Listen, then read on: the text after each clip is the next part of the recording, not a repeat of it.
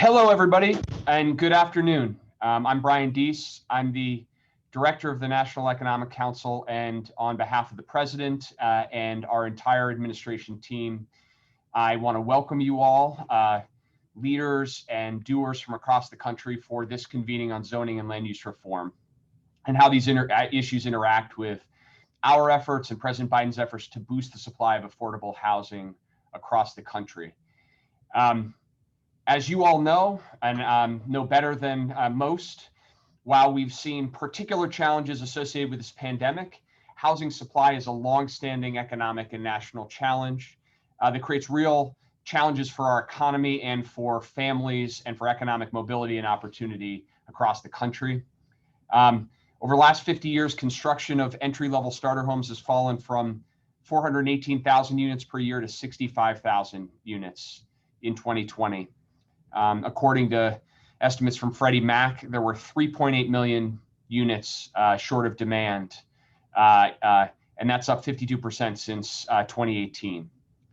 So we know the challenges that supply constraints present, which is why we have put housing stability and housing affordability as at the center of President Biden's economic strategy and a strategy to drive economic growth that improves fairness and equity. So I just want to talk a little bit about what we're doing as administration to take on this issue, and then get into what is a fantastic set of speakers and conversation that I hope we will have today. As I think many of you know, after months of negotiations yesterday, the president put forward a framework for his Build Back Better agenda that he's confident can pass Congress. This agreement includes an historic investment in housing. This would be the largest housing bill in our nation's history, certainly the most significant housing investment since the creation of HUD in 1965. And at the center of it is encouraging more supply of affordable housing that would lead to the construction and rehabilitation of more than 1 million new homes. That includes historic investments in the Housing Trust Fund and the Home program. And it also includes the first ever federal competitive grant program to award flexible and attractive funding to jurisdictions that take concrete steps to eliminate needless barriers to producing affordable housing. And that's a recognition from our administration that inclusionary zoning can help be really at the core of boosting supply and bringing down costs. All of this builds on actions that we've taken as administration to use existing authorities to boost the supply of affordable housing units. We estimate those steps could increase units by 100,000 over the next 3 years, which include the relaunch of the Federal Financing Bank's risk-sharing program and policies to prioritize homeownership and sales to nonprofits rather than large investors of government-insured and backed owned properties. But I want to underscore, and this is where I think this convening is so important, is that we recognize, and in fact, core to our strategy is the recognition that the federal government not only can't address the challenges of housing supply and affordability alone, but in fact, states and local governments are at the center of how we can solve this housing supply challenge as a country. You all play the most prominent and important roles in putting policies and incentives in place to boost the supply of affordable housing efficiently. And that's why we're all here today. That's why on behalf of the National Economic Council and the Domestic Policy Council working together, we're launching a series of these action-oriented convenings to explore how we can work together across all levels of government to boost housing supply. And it's fitting for us that we start that with a focus on one of the most critical challenges we face, which is exclusionary zoning and land use policies. We all know this is an issue that presents tremendous challenges. They are textured, they're nuanced, they are fundamentally local, and we need to be creative and work in collaboration collectively to find ways to solve them. One study, who we have the privilege of having one of its authors here at Glaser, found that these types of restrictions on supply limit labor mobility to the extent of costing the economy up to 2% of GDP annually. a striking finding, but one that underscores the opportunity here of making progress, even at the margin, in addressing those restrictions on housing supply. And it's an area where we're seeing incredibly exciting progress at the local level and across the country, from California and Oregon to Austin, Louisville, all across the country. Exciting progress, the great National Laboratory of Experimentation at work. We're seeing state and local governments take steps like allowing duplexes or 2 to 4 unit properties or parcels previously reserved for single family homes, allowing somewhat taller buildings, expediting review and processes for upzoning. And we're excited to hear about some of that progress today, and how communities found solutions that worked for the communities, with organizing, making it possible to not only identify policies that sound good in a model or on paper, but actually work on the ground, that reflect local stakeholder input and buy-in. That's what's going to be necessary to actually make progress, durable progress, in this space. So our hope for today is that this conversation, this dialogue, will energize your efforts to take on these issues in your states and communities. Because for us, here's the bottom line. Even with the progress at the federal level that we're making, even with this legislation, which be transformative and historic, we need this to be fundamentally a partnership with policies on the ground that encourage boosting supply in ways that work for communities and that will be durable. And I want to just reiterate where I started. This administration and this president, all of us who work for him, we're committed to doing everything we can at the federal level to facilitate that state and local action, and to build on conversations and convenings like this to try to encourage progress at the local level. So with that, I want to welcome you. Thank you. We're going to try to make this conversation as practical and solutions oriented as possible. And I'm going to start in that effort by turning it over to my colleague and partner in so many things, Dr. Cece Rouse, chair of our Council of Economic Advisors. Thanks, Cece. Good afternoon, and thank you, Brian. And thank you for kicking us off. And thank you all for taking part in this very important conversation. As Brian mentioned, we're here today to talk about inclusive zoning reform, because stable, affordable housing is the foundation upon which working families build their lives and invest in their children's future. I'd like to take this time to discuss the economic case for zoning reform, which is key to alleviating housing supply constraints. As you all know, the housing shortage crisis in the United States is not a new one. For decades, housing supply has not kept pace with population growth. And for decades, we've seen exclusionary zoning contribute to inequality and stifle economic growth. The problem only worsened during the pandemic. You heard Brian speak about the president's Build Back Better framework and the critical investments it will make to build and rehabilitate more than 1 million affordable homes in the United States. On top of making historic investments in rental assistance and community-led redevelopment projects, the framework will incentivize state and local zoning reforms to boost housing supply and liberalize restrictive land use policies. And when it comes to implementing these zoning regulations, we'll continue to rely on our partners across state and local governments, including all of you leaders who are here today.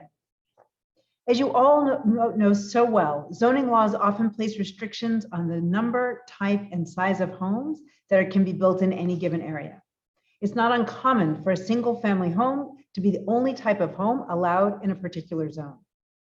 In addition, there's been a sharp decrease in the number of new entry-level homes for first-time home buyers since the Great Recession.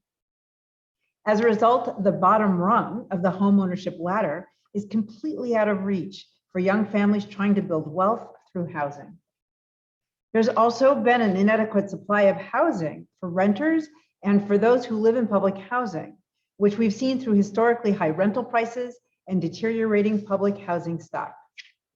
Beyond limiting the types of homes that get built, exclusionary zoning has a profound impact on social welfare and economic opportunity, because where a family lives matters. Evidence shows that neighborhoods can affect long-run outcomes for children from their health, access to education, and even their long-run earning potential. At one point, zoning was used for the explicit purpose of excluding people of color from neighborhoods. While that's no longer legal, zoning laws still disproportionately harm people of color by creating and compounding disparities in measurable outcomes. For instance, many lower income and minority neighborhoods in cities have become heat islands, where fewer trees and a higher number of concrete buildings and parking lots significantly increase temperatures. This negatively impacts the health and ability for students to learn and the development of their human capital. Communities of color suffer more from unfair zoning laws, and exclusion from accessible housing also means exclusion from the opportunity to build wealth. In the long run, this exclusion perpetuates racial inequality, as housing likely explains more than 30% of the Black-white racial wealth gap. We've also seen the housing shortage produce larger macroeconomic effects that have shaped and will continue to shape our economy in the long term. For example, a substantial stock of readily available affordable housing can limit labor mobility, as Brian mentioned, based on the work of Dr. Ed Glazer, which in turn affects economic growth.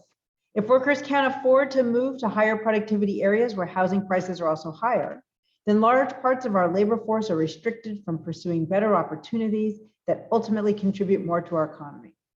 Since the 1960s, this misallocation of labor has led to a significant decrease in the economic growth rate. President Biden knows that we need inclusive zoning laws if we want to expand our affordable housing stock, advance racial equity, and produce economic growth in the long term.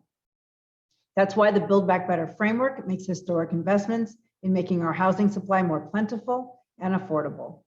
And that's why housing will continue to be a pillar of the Biden administration's domestic policy agenda.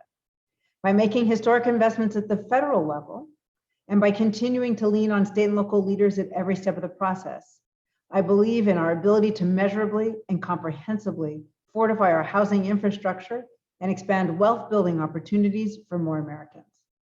Thank you. Now I'd like to pass it over to my colleague, Dr. Ed Glazer. Thank you, Dr. Ross. Thank you so much for having me here. And I am so grateful that the administration is making zoning reform a central part of their housing message. My job, as I understand it today, is to remind us of the many costs of land use regulation, the many costs of having an America in which insiders have increasingly set up rules that make it difficult for outsiders to find their way. Now, most obviously, our highly productive places have become unaffordable. America, as has been mentioned, becomes less productive because we have closed the metropolitan frontier, because our proud history in which people have left less productive places, be it the Rocky Mountains of New England to populate the Ohio River Basin, or Ohio River Valley, or have left Oklahoma during the middle of the Dust Bowl to find opportunity in California. Mobility has been always one of the things that America has offered, and yet we have seen a closing of the metropolitan frontier that has locked people in regions of economic dysfunction. Segregation by race is exacerbated, and opportunity for the children of the poor is reduced. Insiders become wealthier, outsiders lose out. Housing bubbles become more extreme, and ultimately, even regulations that are allegedly motivated to help the environment end up making our environment worse by reducing the amount of housing in our most environmentally sensitive areas, in the areas where we have the lowest carbon emissions, and increasing housing construction in places where we have the highest carbon emissions. So let me just start with the price. Along the horizontal axis here is the amount of new building between 2000 and 2013. Along the vertical axis is the gulf between housing price and the marginal physical cost of construction. What a number like 3 means for Greater San Francisco is that it costs 3 times as much to buy a house as it costs to build a house. What this graph shows you is that the places that build a lot aren't expensive, and the places that are expensive don't build a lot. There's no repealing the laws of supply and demand. And don't tell me that Austin or Las Vegas or Raleigh are inexpensive because people don't want to live there. Tens of thousands of people want to live there, and they make space for people to move in, whereas our coastal cities that are more regulated do not. here you can simply see the relationship between the Wharton Residential Land Use Regulatory Index and housing prices. Places that are more regulated have higher housing prices, and that is one reason, one major reason why they have less housing production. This rather dense slide is from the work of Shea and Moretti, and they're the ones who actually put that 2% number. So they actually estimate just the enormous amount of economic loss that comes from the fact that we do not allow growth in our most productive places. Matching where people live to where people are productive is an incredibly important part of the American economy. And zoning makes that harder. Land use regulation makes that more difficult. Now, I am profoundly disturbed by the rise of prime-aged joblessness in the US. That joblessness is not ubiquitous, it is not everywhere. It is disproportionately concentrated in some areas. Now, there are many answers to trying to make the economic difficulties of America's Eastern heartland less difficult. But surely one possibility is that Americans could be able to move as well, and zoning can make that possible. Zoning can enable you to get out of places where you don't want to be. More than 30% of prime-age men who are not working live on their parents' couches, right? You've got to think that they're locked in place in part because it's just so expensive to move to San Francisco or move to New York City.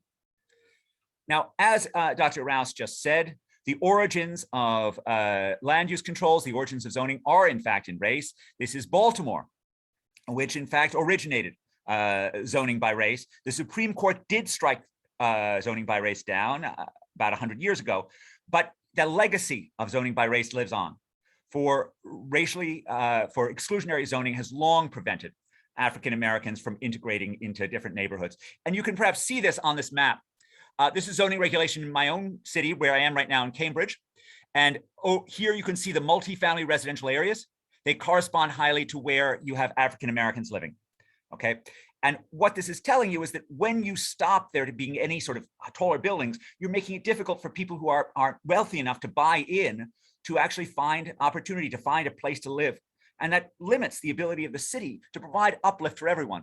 And indeed, that is one of the prevalent patterns that come out of Raj Chetty's Opportunity Atlas data, that in fact, cities with more segregation, as measured by the dissimilarity index, have lower upward mobility for African Americans, right? This is the legacy of zoning. This is the legacy of excessive regulation that makes it so difficult for people to move into areas where they could actually find opportunity, where their children can find a better future.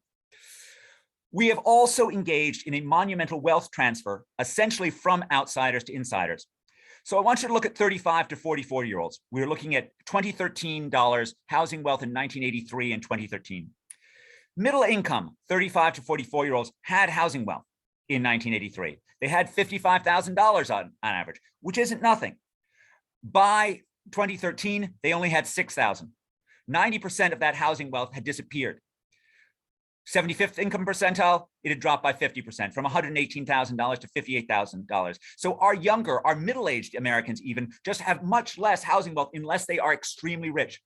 By contrast, look at older Americans, look at wealthy Americans, right? So 55 to 64-year-old Americans, let's say at the 99th income percentile, their wealth has gone up from $760,000 to $1.5 million. And if you are lucky enough to have bought a home in Los Angeles in 1970, you have done extraordinarily well. You are a protected insider, right? Whereas good luck to someone who's trying to find an affordable home in Los Angeles today. You know, in my new book, Survival of the City, I tell the story of the battles over gentrification in Boyle Heights in LA, in Los Angeles, where the story seems to pit, you know, gentrifiers, young hip gentrifiers against longtime residents of the neighborhood, long-term Latino residents of the neighborhood. They're fighting the wrong enemy.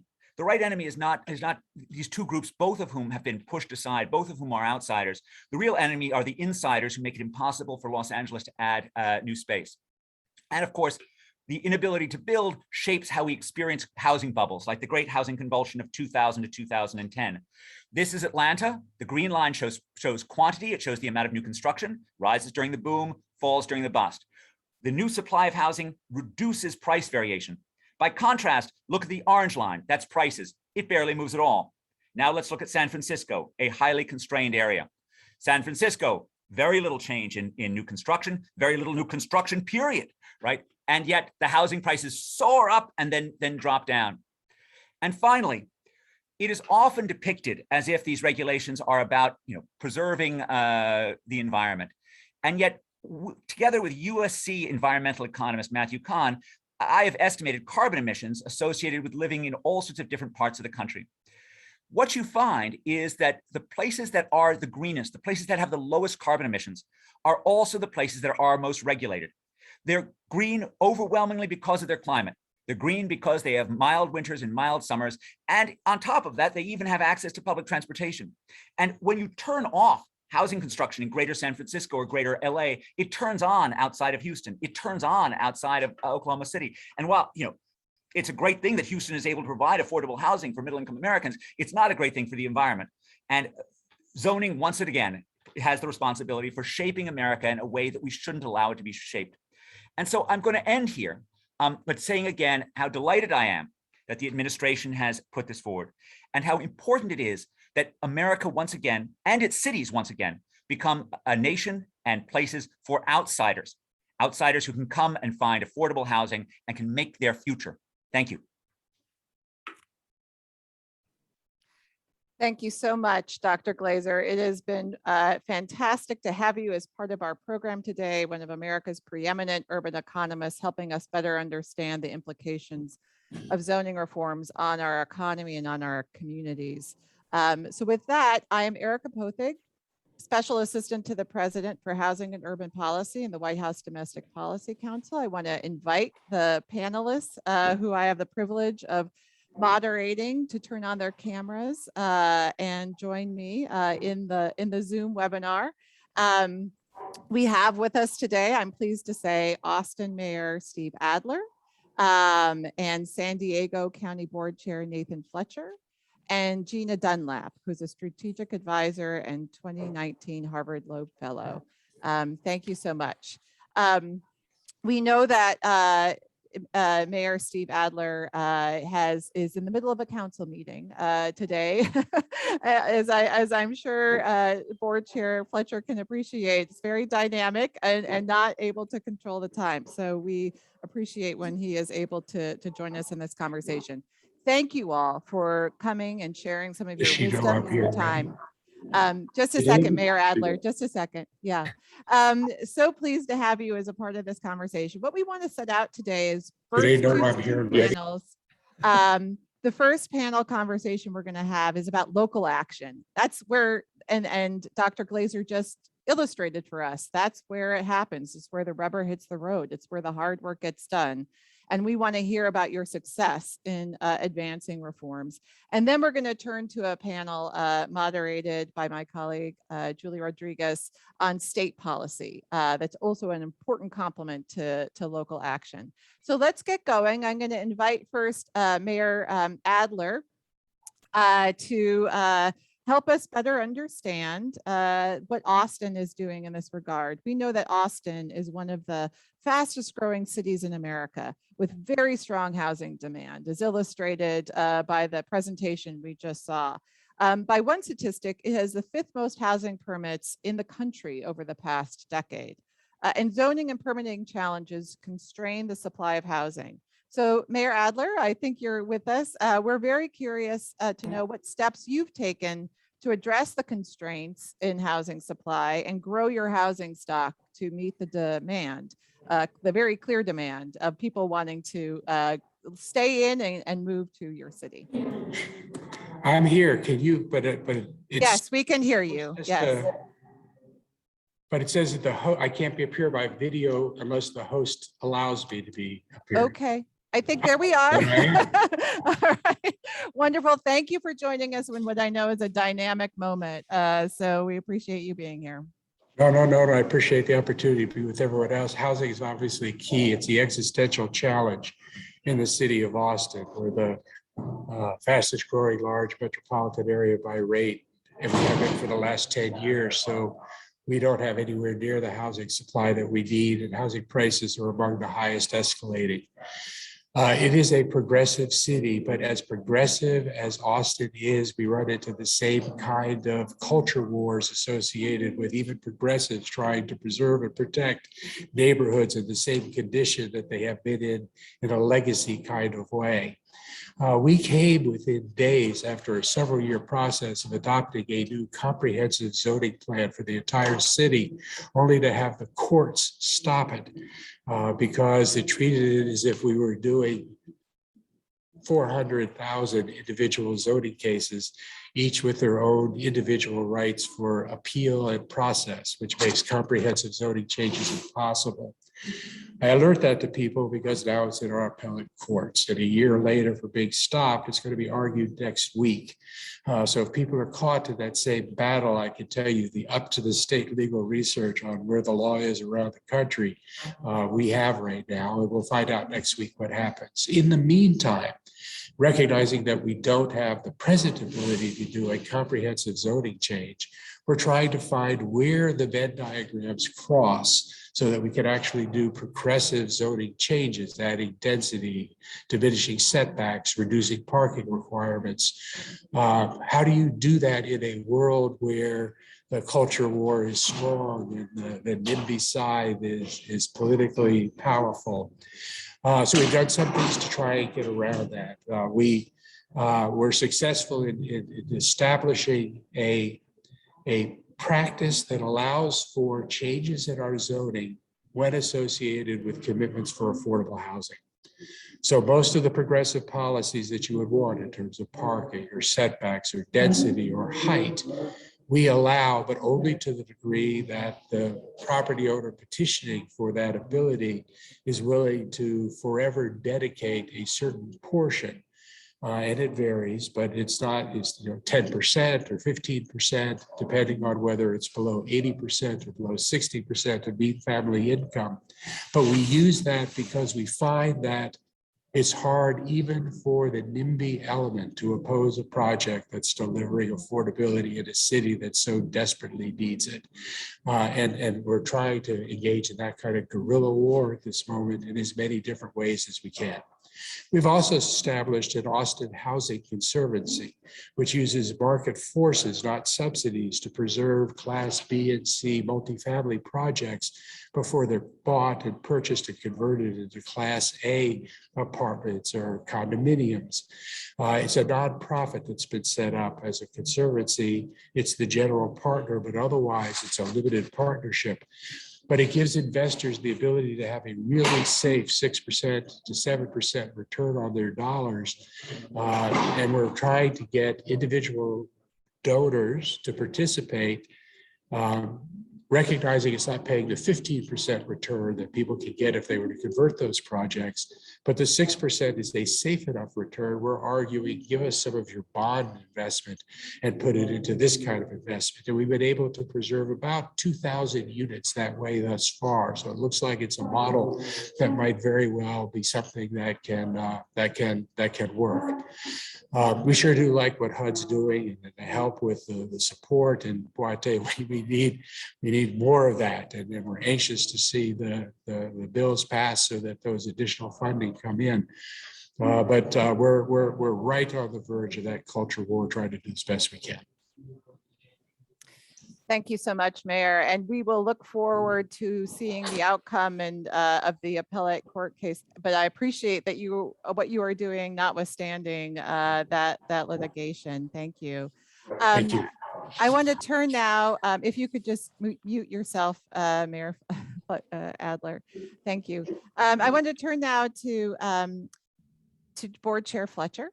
You sit, you're a very busy man. You sit on the board of, it would seem, many different agencies so that offer you, I think, a really unique perspective about the connection between housing affordability and transportation and transit, regionally speaking as well. So I'm very curious about how that's translated into new land use and housing policy in San Diego County. Yeah, thank you. Thank you, Erica. And thank you to your whole intergovernmental team. We're really grateful at the local level for all that you do. I'll also note as a county supervisor, we take a measure of pride that our president started his political career on the new county commission, whatever that was called back then, is the equivalent of a county supervisor. And so we appreciate those local roots, and really appreciate all you're doing. The efforts you've put into encouraging reforms around exclusionary zoning in the incentive program and grant program for what you're pushing at the federal level is going to help drive this whole conversation in a substantive way. And so we're very grateful. But I do sit at an interesting intersection in that I chair our county board of supervisors. We are the fifth largest county in the United States. I also chair our local transit agency, the Metropolitan Transit System. We operate our bus and trolley and shuttle network. And I'm the Governor Newsom's appointee to the Air Resources Board. And so we have a lot of these things that we have to align. We know that we have to lower greenhouse gas emissions. And even though we're moving to electrify our transportation sector, which is the single largest driver of GHGs, it is not going to happen fast enough to tackle the reality of what we face today with rising sea level that impacts us here in a coastal community. And so we have to lower our vehicle miles traveled. We have to lower our greenhouse gas emissions. And we know that we have to increase the supply of housing. And as Mayor Adler just said, and you know, one of my favorite cities outside of my own in Austin, we've got to reset our mindset. And at least in San Diego County, we don't have huge swaths of available land to do large single family home suburban sprawl. We don't have them. The areas where that land exists are areas that are in high fire prone areas. You can't get insurance. I'm going to tell you, if the insurance industry can't come up with a dollar amount to charge you, there's no dollar amount you can pay for insurance. That's what I call an indicator that it's probably not worth the risk of putting the housing there. It also skyrockets VMT. And so this mindset shift we're having to make back to infill, back to greater density, that is where we run into to some of the problems. And so I think it's a recognition that in California, we care about environmental protections. We care about paying our workers fairly. We don't want to use taxpayer funds to subsidize the construction of housing with workers that have such low wage. We're going to have to subsidize their existence. And we also care about increasing density. And so how you align these things together is what creates that rub. And we're doing a lot of things in California. You're going to hear later from Senator Scott Wiener, who's been leading on state efforts around changing state policies and putting pressure on local governments. And I commend him. Keep pressuring us to do what we have to do, because you get the pressure from the NIMBY side, and we've got to have the pressure on the other side. But we're doing things on auxiliary housing units or granny flats. We're tackling height limits. We've got things we're doing around duplexes and quads, and putting those density bonuses are a great thing. Mayor Adler, I think, referred to it's what we call density bonus. As you increase the number of affordable units, you can increase the density on those projects. But we have to have elected officials that have the courage to overcome those 17 folks from a neighborhood who any change is hard. I get it, but we have an obligation. We have to figure out how we can do this in a responsible way. The other thing that we've done somewhat creatively is in the county government setting, we have land use jurisdiction for the unincorporated area, the areas outside of our incorporated cities. And that's where we tend to generally, before I got here, think exclusively about where we put housing. But the unincorporated areas are a challenge to put housing because most of them are more rural. You have VMT issues, you have multiple species conservation plan issues, you have water issues, you have fire danger issues. And so we're going to continue to build housing in the unincorporated where it is appropriate. But we are looking at county-owned land in other jurisdictions. I have multiple projects in my district, which is in the city of San Diego, where we are doing hundreds and hundreds and hundreds of 100% affordable units on county-owned land inside the city of San Diego. It gives us some flexibility around zoning. Because we own the land, we can come in and start doing fair agreements around how much workers get paid and those types of things. So there's opportunities where government can build on their own land. There's a lot of creative things you can do with land trusts and all types of things to really, the cost of the land is one of the biggest barriers. And if government owns it, then that's a public resource. We can invest that appropriately. We're doing the same at my transit agency. And this is where I'll end on this on transit agencies. We as an agency, pre-COVID, we're one of the few transit agencies in America seeing month-over-month ridership increases. We were doing all kinds of creative things to get more people on our buses and trolleys. We're taking shoulders of freeways and creating rapid bus lanes and increasing grade separating our trolley system so it can run more frequently. But we also looked at what land we own adjacent to our transit centers. And we now have almost 20 projects moving where we are building affordable housing adjacent to a transit center, which means you don't need the same parking requirements because you can walk right out your door and get on the trolley. We have greater flexibility around height. And because as an agency, we own the land, we just cut the ribbon on beginning a process, an affordable housing mixed commercial use project on our trolley stop that is being constructed under a project labor agreement with 100% union labor. Because those union workers aren't going to need affordable housing. They're going to be able to buy housing. And so we're tackling both the wages there. Now, where we need more help is I need to create more transit lines. And that is why what you all are pushing at the federal level is so vital. That investment you can send to transit agencies to increase our zero emission buses, to increase our bus lines, to increase rail lines and frequency, also is allowing us to increase the availability of housing, because now I can put housing adjacent to transit, and I can tackle my greenhouse gas goals, I can tackle my vehicle miles traveled goals, and I can tackle constructing more housing. And that is where that federal investment in so much of what you're pushing is so vital. It's not just about building transit. Transit and housing, these two things go together. Transportation and housing are one issue, particularly in more urban settings with less of the available land. And so in California, you know, it's going to cost a little bit more. We care a lot about our environment. We care a lot about our workers, but that doesn't mean there aren't things that we can do to drive the construction of more housing in the right place, done the right way. And we're pushing, and we're so grateful for the entire Biden administration. All of the things you're pushing have a direct tie to us on the ground, able to lower greenhouse gas emissions and build housing and take care of our workers. And I really appreciate the opportunity to join you today. That's fantastic. There is so much richness in what you just said. I mean, I hope our audience sees and drills in more to the great practice and policy that you're advancing in San Diego County. So thank you for bringing some insight to that. I want to turn now to Gina Dunlap from Louisville, Kentucky. And we know from other successful efforts to achieve zoning reform that it doesn't just happen without a lot of citizen engagement and education. We've heard even that today. So, Gina, what inspired Louisville's recent efforts, and help us understand the process you use to build support for them? Yes, thank you, Erica. It's a pleasure to be here, and you're absolutely right. Having the community involved is paramount to creating positive change. And some of the information that's been shared today, Louisville's no stranger to issues around race and zoning, dating back to the Buchanan versus Worley Supreme Court case in 1918. Fast forward a few decades, Mayor Greg Fisher, his administration has always lifted equity and inclusion as a major staple in the current administration. But that doesn't mean we haven't had challenges, particularly in how to operationalize concepts around equity. So I'm really happy to share in 2020, in response to the COVID-19 pandemic, as well as the controversy surrounding the death of Breonna Taylor, the Louisville Metro Council took a major step in establishing a new standing committee focused solely on equity and inclusion.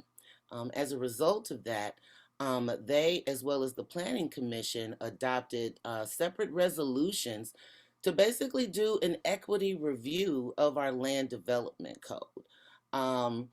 That in and of itself was a major step, an acknowledgement at some of the disparities with regard to land use and the restrictions. Along with educating and hosting a public dialogue, the planning staff, led by Emily Liu, our planning director, created an interactive map called Confronting Racism in City Planning and Zoning that really digs into the history and the mechanics, so to speak, of the impact that you see in a zoning context. We also had a bit of a town and gown arrangement with our graduate urban planning students, creating another interactive map around neighborhood planning in Louisville. Again, another facet of how we operationalize equity and justice in the land use context. Overall, with community's input, the planning team came up with some 46 recommendations to tweak and enhance our current land development code. They're not tackling all of that all at once, of course, because that's, a huge task. And we do have to move at the speed of trust and transparency, making sure that everybody's aware of the benefits, maybe the cons of certain technical changes. But just recently, last fall, the Metro Council did move to adopt new parameters around the creation of ADUs, or accessory dwelling units. Units that show up on existing properties where maybe there's already an owner occupant, but they want to create more spaces for people to live affordably. So in a city, in a merged city county government where 75% of all the land here is zoned residential, that's a huge boost. It will not solve all of our housing crisis, but it's certainly a step in the right direction, particularly for those who want to provide, develop, and create more opportunities at more housing price points for more families. That's terrific. Thank you for that context. So one last parting question for you all as we transition to the next panel focused on state policy. And Chair Fletcher, you already called out the importance of state policy at providing that cover. I'm curious, what piece of advice would you have for other elected officials, planning officials, or other champions of these efforts in other cities? What have you learned? And what wisdom would you want to impart as we close this conversation today? Yeah, thank you, Erica. Look, I think the big point I would drive is that when you have a problem that you have to do something different, that requires change. Money, rights, land, influence, it is not a continuum, it is a pie. And if you're going to do something different, that means it's going to be fundamentally different than the way it is before. So you can't be so afraid of opposition.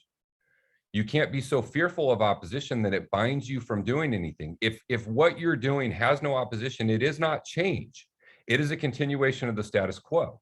And so whether that means real conversations around what locals should have land use and where they shouldn't if they aren't doing the right things, when it's real conversations about, no, you're not going to dump all of the affordable housing for low-income people of color next to a polluting factory. Like, these are the difficult conversations that we have to get involved in. Look, we're doubling it. It's not just constructing more housing, absolutely construct more housing. But we've got real issues in San Diego with vacancy. I have foreign wealth funds buying entire floors of condo buildings that sit empty forever. The point of zoning and building is pointless if no one buys it. It's a real conversation around how many individual homes should one person have and reap a tax benefit for. Do you need to own 6 homes and get a tax benefit, or at some number do you pay more? Because again, that's a housing unit that was constructed, that's never occupied, is not serving as housing. Real conversations around short-term vacation rentals. We zone for hotels and we zone for housing, but when all the housing become hotels, well, we've got a real regulatory issue and challenge. And then the final point I would just say is a part of this discussion around availability of housing is 100% right, and more housing will impact the cost of that housing. But we can't lose sight of the other side of this, which is we also have to talk about the wages of American workers. Because if we just continue to let workers get misclassified and exploited and their attempts to join a union interfered with, and we say, well, we're going to take all this taxpayer funds to subsidize affordable housing, in some regard, we have to be careful that we're not subsidizing greed and we're not subsidizing economic inequality. And if we raise the wages of American workers and lower the cost of housing, then we can find a spot where we're actually in a sustainable way getting there. And I am so grateful. What the president's proposing is the single largest investment in our nation's history in transit and affordable housing, and it will do more to help us on the local level with all of these issues than anything else. And we're grateful for the fight you all are in and what you're trying to do. And that partnership is going to be key to us being able to improve the lives for the folks we represent. Thank you, Chair Fletcher. We're going to put you on the road. We're calling that out. So one piece, quick piece of advice, Gina, before we turn it over to the next panel. Sure. I would focus on intention and representation. So practitioners, elected officials, those who are responsible for planning should really be intentional about seeking out as many diverse perspectives from as many stakeholders as possible. One thing that hasn't been mentioned today yet, but goes in tandem with housing is childcare. You know, the ability to actually create child care facilities is governed by the zoning process as well. And so that's just as important as access to transportation. But also making, you know, it's not political per se, but planning commissioners are appointed. And it's very important that there is diversity, inclusion among people that sit on the boards and commissions that make case by case decisions, even regardless of the code and the structure itself. So those would be my two things. Thank you for raising the care agenda. That is so important. That is a really critical piece. It's obviously also a critical piece of the president's Build Back Better agenda. So thank you for bringing that forward in the conversation today. And thank you to Mayor Adler, to Chair Fletcher, to Gina Dunlap for helping us really appreciate and understand the hard work, but also the great impact that these reforms can have. So thank you. I'm going to now turn it over to my colleague, Julie Rodriguez, who's going to introduce the next panel on state policy. Thank you all very much. Well, thank you so much, Erica, Gina, Chair Fletcher, Mayor Adler. What a dynamic panel and what a great opportunity to hear about some really exciting efforts at the local level. And now we're going to be able to transition to our next panel, and really excited to be able to moderate this panel with 3 state elected officials who have been leading the way in housing reform in their states to discuss actions state governments have taken to address restrictive land use and zoning codes. So if I can invite the following folks to turn their mics on and cameras on. California State Senator Scott Wiener, Speaker of Oregon State House, Tina Kotek, and Utah State Senator Jacob Andrade. Thank you all so much for joining us. And as a proud Californian, it's exciting to see the efforts of at both the state level and the local level in California being lifted up. But we're also really excited to hear from Oregon and Utah. So we'll start with you, Speaker Kotek, to kick us off. Thank you, Julie, and thank you for the opportunity to be here. And I want to do a special shout out to our local government officials in the previous panel.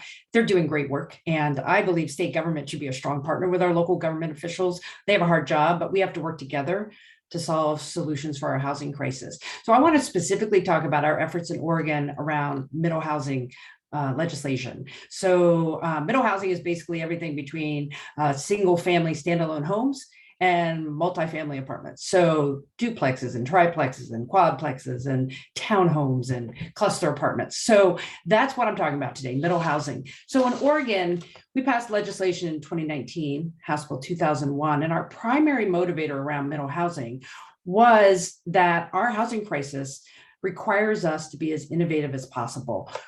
We need to increase both the overall supply of housing as well as diversify the type of housing options in all of our communities. Oregon's been dealing with a housing supply crisis for the last 20 years, and it was really a problem that was further exacerbated by the lack of construction in the Great Recession. So the numbers are challenging. Oregon needs to build 30,000 new units per year to address the state's current housing deficit, as well as address projected population growth. So it became apparent to me very glaringly that we needed to have a serious conversation about balancing our land use system with our need for more housing. You know, Oregonians value a strong land use system. They want to protect their farmlands and their forests. They don't want sprawl. And we have more people moving here every year. So saying no to any type of land use changes was just not going to be helpful. So here's one data point I want to put out. Before we passed my legislation, the new development of duplexes and triplexes and other middle housing had been banned in 77% of the residential land in the city of Portland. So we had very limited options of what new construction could look like. So when we passed House Bill 2001 in 2019, we became the first state in the nation to basically reestablish middle housing as an option for new construction in communities across the state of Oregon. So here's what the law required, just briefly. In cities in Oregon over 10,000 people and jurisdictions within the Portland metro area, our largest population area, these areas now have to allow duplexes in any lot that is now zoned for detached single family housing. And in larger cities over 25,000 people, and also jurisdictions within our metro area, they will also have to allow middle housing types in areas zoned to allow detached family homes. So duplexes in smaller cities, and then in larger cities, all the other types of middle housing are now allowed in places that have been traditionally, over the last several decades, only for single family standalone homes. So the law also did another thing. It allowed, it reduced barriers to internal conversions of very large homes. So think about those large homes in established neighborhoods. We have dropped the barriers for internal conversion so they can be turned into multiple residences, something that seems like a no-brainer, but we had really made that very difficult to do. So the law gives cities, large cities over 25,000 people until the end of June of next year, 2022, to adopt the land use regulations and the plan changes that they need to implement this. So we're right in the middle of the implementation of this to transform our housing supply. You know, it was really important for me as we were considering middle housing regulation to have it be a statewide requirement. Because if we tried a different approach where you had incentives, you would have certain communities taking it up and others not. For me, housing choice has to be housing choice everywhere. And by having a statewide requirement, we create a level playing field for having more options in more communities across the state of Oregon. Some of this has been raised before. Middle housing options have multiple benefits. They're less expensive than constructing single family homes. And frankly, all of our states have an affordable housing crisis that we have to deal with. Additionally, as some folks have pointed out, middle housing reduces inequities that have occurred over years, intentionally or not intentionally, to reduce diversity in our communities. And housing with middle housing, we'll have more diversity by income and race and age and size of household in established communities across our state, and that is a positive. In fact, you know, more people will have the opportunity to live in high opportunity areas with middle housing construction. And lastly, people have talked about climate.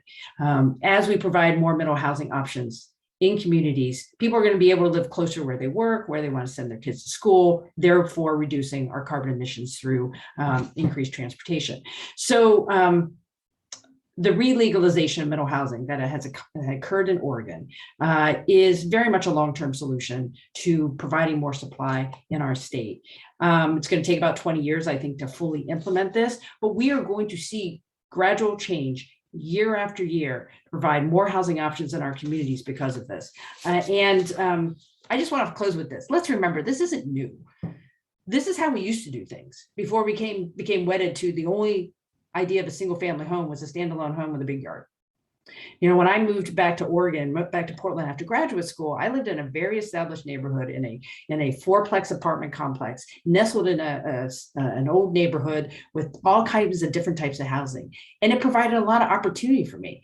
That's what we want to get back to. And that is really going to help all of us have the opportunity for more households to be able to afford their homes and live in neighborhoods that they want to live in. So I'll stop there. Look forward to questions. Thank you. Thank you so much, Speaker Kotek. Next, we'd love to hear from Senator Wiener. Senator Wiener, you know, it's often said that these efforts kind of bring together strange bedfellows. And so we'd love to hear about the coalition that you helped to bring together and, you know, ways in which, you know, other states may be able to learn from those experiences and what messages in particular really resonated to kind of bring people together around this common cause. Sure, and thank you for having me. I'm really honored to be here with Speaker Kotek, who's just done tremendous work, so thank you. And I just want to shout out to Supervisor Fletcher, because even though when I try to be really clear about this, the fights that we have about local control in housing versus state standards, you know, it's important not to demonize local government. There are local governments that want to do the right thing, that are doing the right thing, and there are local elected officials who are champions for more housing, and Supervisor Fletcher definitely falls into that category.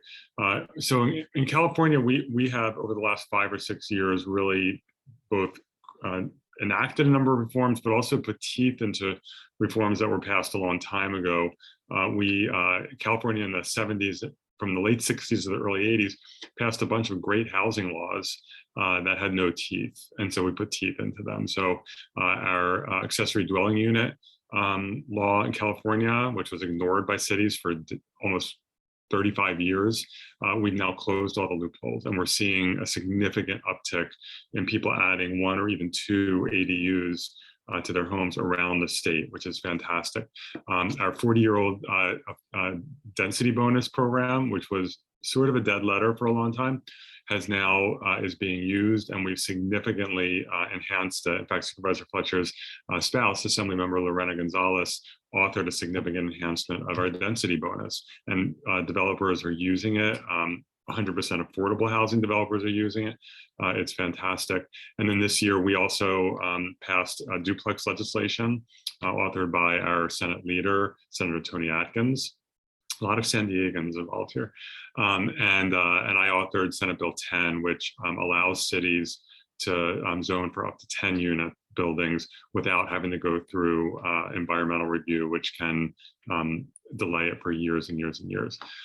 We also have done a lot of enacted some process reforms to cut down on the arbitrary denials of projects that are within zoning, but it gets rejected anyway, or it gets chopped in half, or the top story gets chopped off, or conditions are placed on it that make it infeasible. So we've been methodically doing this work to try to deal with California's housing shortage of somewhere between 2.5 and 3.5 million homes. We should be building almost 200,000 a year. We're building less than half of that. And so we need to dig ourselves out of the hole. We have, I think, methodically built a really powerful coalition. And whenever I have a colleague who's about to take on a hard housing bill and they come to me and they're like, who should I talk to?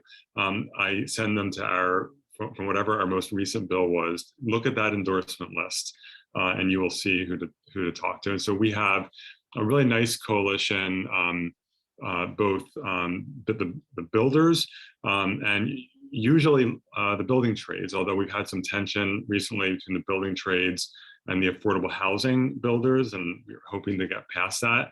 And that is something that does need to be addressed to make sure we're paying non-poverty wages to construction workers and making sure that it's going to work, particularly for people building affordable housing who have very little latitude in terms of finances. But I think we'll get there. We have student organizations. We have senior organizations like AARP.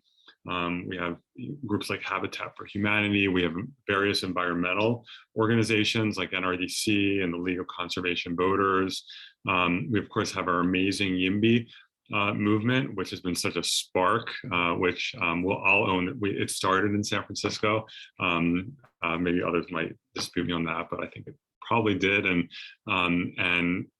it's just been a game changer having activists on the ground day in and day out. So it's been a really powerful coalition. One thing I will also say is housing, in my experience, is not a partisan issue. And one of the great things at the state level, and hopefully Congress can get back to this someday soon, is recognizing that there are clearly partisan issues that we're going to fight on. That's okay. But there are issues that are not partisan. We find this with a number of issues at the state level: mental health, drug addiction policy, et cetera. And housing is in that category. And I think part of it is that you look to the top. Presidential minister, when you look at the Obama housing template that the administration put out, and then the template that President Trump and his administration put out before he was up for re-election and started talking about the war on the suburbs or whatever else nonsense he was talking about. His early template was very similar to the Obama template, which is very similar to the Bush template. And so we've seen from the federal government very consistent focus on zoning reform, on process reform, et cetera. I have found that in the legislature, I've been able to get bipartisan support for all of our hard housing bills. We also have Democrats who who vigorously oppose it, and some Republicans who vigorously oppose it. But we have aggressive bills. Like I had authored Senate Bill 50, which was where we swung for the rafters on zoning reform, and opened up the doors for a number of other bills.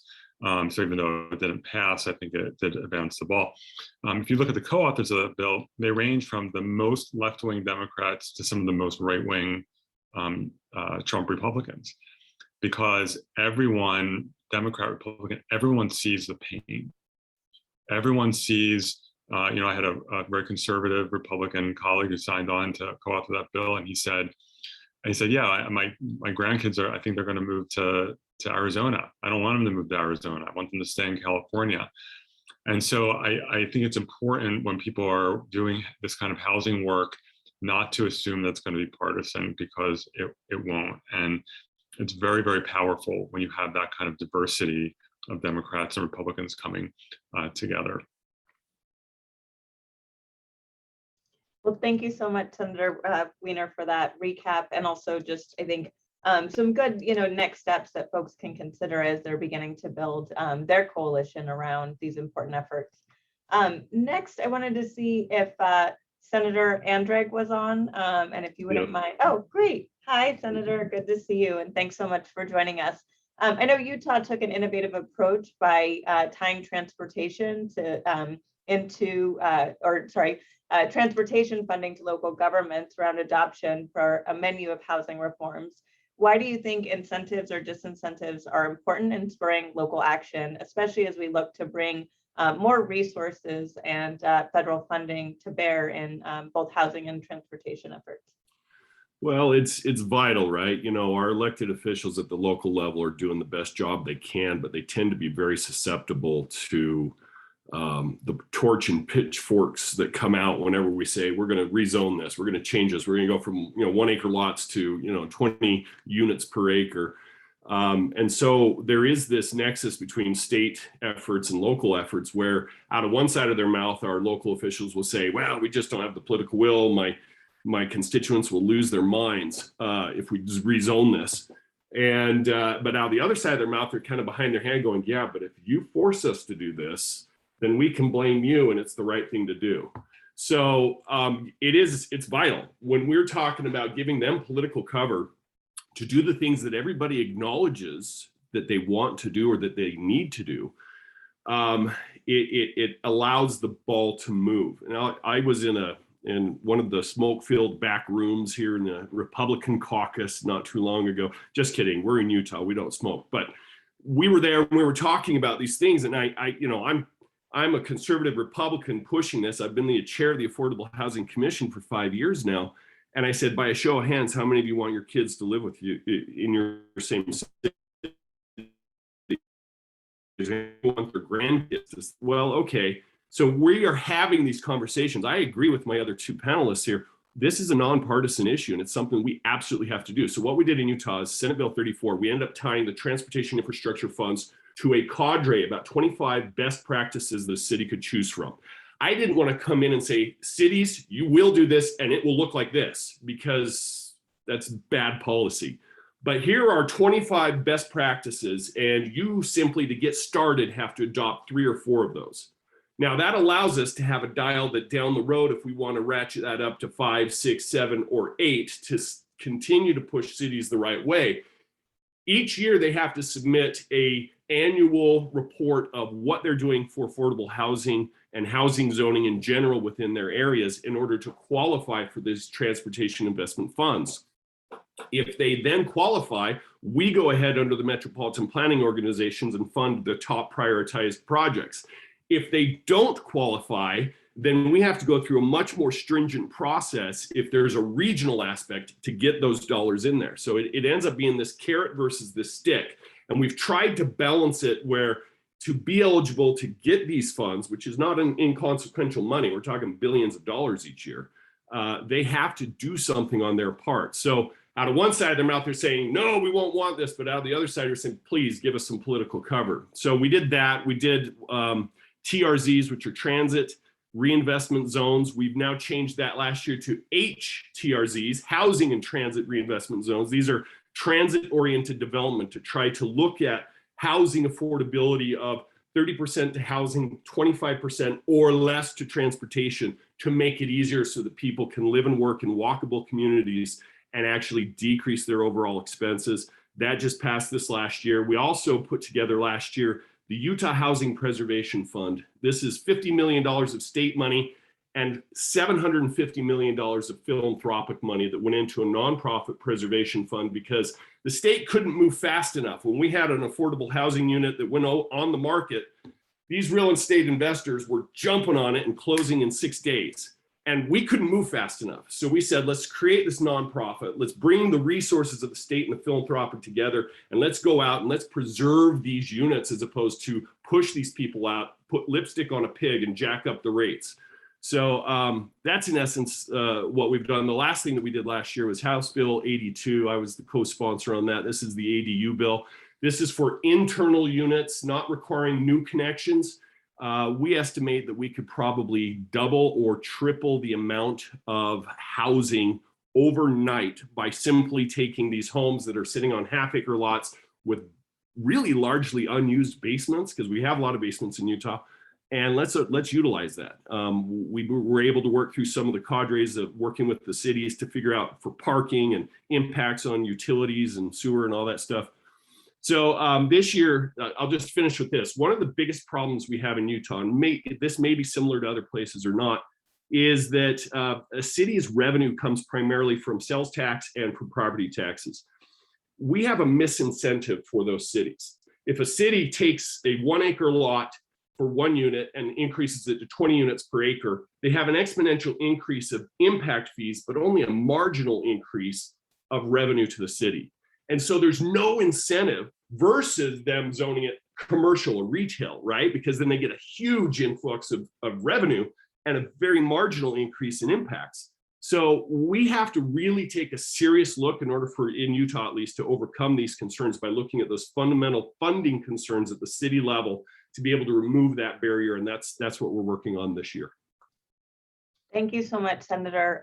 Really appreciate the insight as well. I know we are running up against the schedule, but just really quickly wanted to ask if you all had one piece of advice for other state legislators who have joined us on today's call, or any of their teams, what would that be as they start to look towards reform? We'll start with you, Speaker. Thank you. 2 things. I think state officials have to go big. The depth of the housing crisis needs everything and every option, and everything has to be on the table. And we're at that point where just nibbling around the edges will not do the job. The other thing in working with local jurisdictions is you really do have to be cognizant of the challenges they have, both technical expertise, resources, and NIMBYism. In my bill, we changed timelines. We did some exceptions for infrastructure concerns, and we put some planning money on the table. We said, we're going to help you get there. You have to be a strong partner, and that means putting some money on the table, just not telling them what to do. And together, go big, work strongly with so many folks, and you can actually do these things in your state. And frankly, we have to do it. So thanks. Senator Wiener.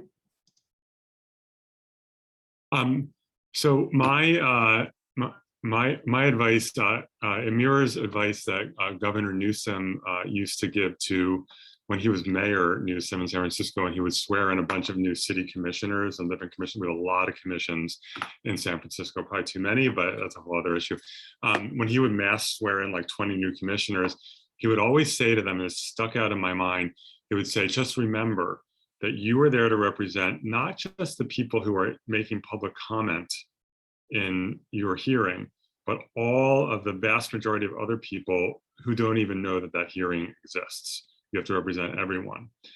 And I think that a lot of times it is so tempting in public life, and we all psychologically fall into this, that the people who are sort of in your face at the hearing, on social media, emailing, calling, that they are automatically must represent majority opinion.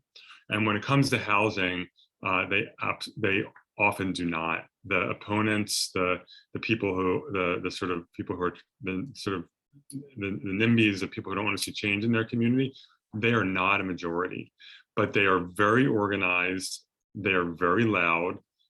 They tend to be, people who sometimes have more time as opposed to people who are, bringing their kids to school and making sure that they do their homework at night and don't have time to do all that. And there's a tendency to think that represents majority opinion. And when we were doing Senate Bill 50, which was a hugely controversial, bill, and it seemed, my colleagues would say to me, no one in my district supports your bill. And I would say that is false.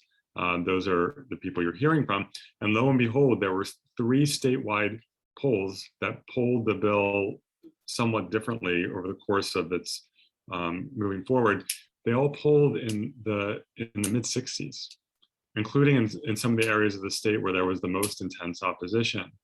And then our Mayor Breed, when she was running for mayor, it was right in the middle of all this. She was the only mayoral candidate who endorsed the bill. The others opposed it. She won. And so I think it's important to really understand that you're going to get all this intense pushback from people who don't want to see change. They almost certainly do not represent majority view. People they understand they need more housing. They understand that there's going to be change in their neighborhood. They don't think it's anathema to have single family homes and small apartment buildings in the same neighborhood. And just really looking at that big picture of what people need and where people are. Thank you. And finally, Senator Andrick. I was in a city council meeting last week, actually, and there was a rezoning discussion, one of many. And a lady got up and said, we don't want those kids from this new project going to school with our kids. And I just went, what are you talking about? Because the people that are moving into these projects, these homes, these units, they're your kids. They're your grandkids. So if they are truly the slums, what does that say about how you raised your kids? Because in Utah, at least 70% of our growth problem is homegrown. We like to have our babies.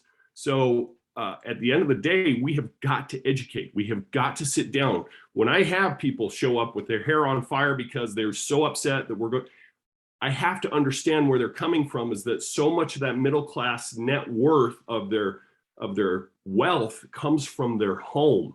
And so they look at this as being an assault on their net worth and their ability to provide for their retirement and whatnot. And so we have to listen to each other and we have to educate people, help them understand. And data, if nothing else, remember this, data that supports that just because you go for higher density, greater zoning in that area does not equate slums. It does not equate the deprivation that a lot of people associate with it. It simply does not. So if you have good data, you can help educate people. And it takes a lot of effort on our parts as elected officials to sit down, talk to people, and help bring them up to speed with what reality actually is. Well, thank you all so much for that deep insight as we think about continuing to build our communities and also connect them to more transit-oriented communities as well. So without further ado, I'd like to turn it over to our Deputy Secretary of Housing and Urban Development, Secretary Todman.